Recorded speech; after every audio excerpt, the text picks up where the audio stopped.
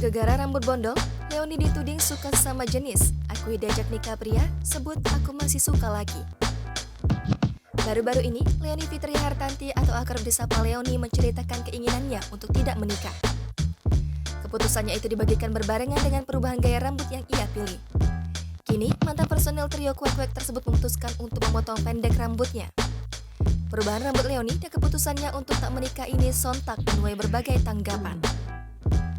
Bahkan, Leoni sering dituding sebagai penyuka sesama jenis.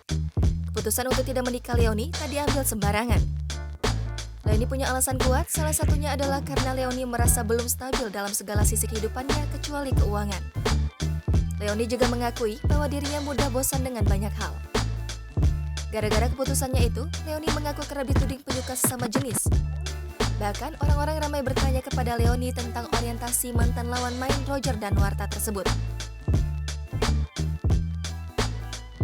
Meski begitu, Leoni ternyata punya pengalaman mengejutkan sewaktu kecil.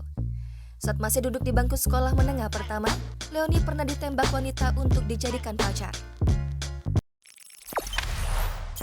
Jangan lupa subscribe, share, komen, dan like ya!